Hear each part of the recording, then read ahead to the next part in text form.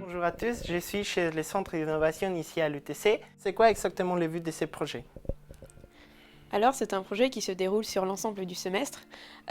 Du coup, ça concernait l'impression 3D d'un cookie et ça a demandé de répondre à plusieurs objectifs. L'objectif premier, c'était de faire un cookie en 3D sur une certaine hauteur pour que la forme soit atypique, mais également faire un fourrage avec différents goûts pour pouvoir varier les goûts et répondre aux besoins des consommateurs.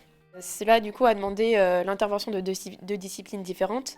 La discipline biologique avec les étudiants de la filière innovation, aliments et agro-ressources qui vont apporter du coup leurs connaissances pour la formulation de la pâte à cookies et l'ingénierie mécanique pour la partie impression 3D.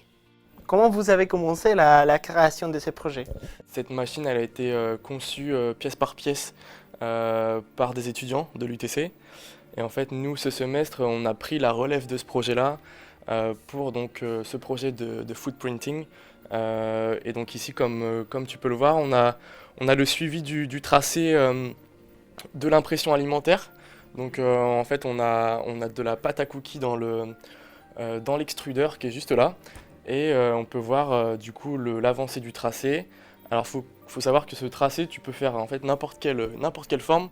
C'est quoi ton contribution comme une étudiante de génie mécanique vers ce projet d'agroalimentaire? Moi, mon rôle, ma contribution dans ce projet, donc ça va concerner toute la partie mécanique et notamment voilà, le paramétrage de l'impression 3D, le design de nouvelles formes, la conception du cookie en général, et puis bien sûr s'intéresser aussi à la partie biologique et s'ouvrir à des compétences et des connaissances que j'ai pas forcément. À la fin de ce projet, on arrive à la formulation d'un cookie.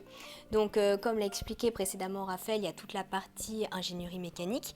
Mais bien évidemment, pour imprimer un cookie, il faut toute la partie formulation alimentaire de la pâte. Il faut prendre en compte la texture de la pâte parce que sinon, au niveau de l'impression, ça ne va pas aller si elle est trop visqueuse, par exemple. Et il faut également penser à la cuisson. Parce qu'on ne va pas le laisser cru comme ça, il faut qu'à la cuisson, il n'y ait pas l'étalement du biscuit.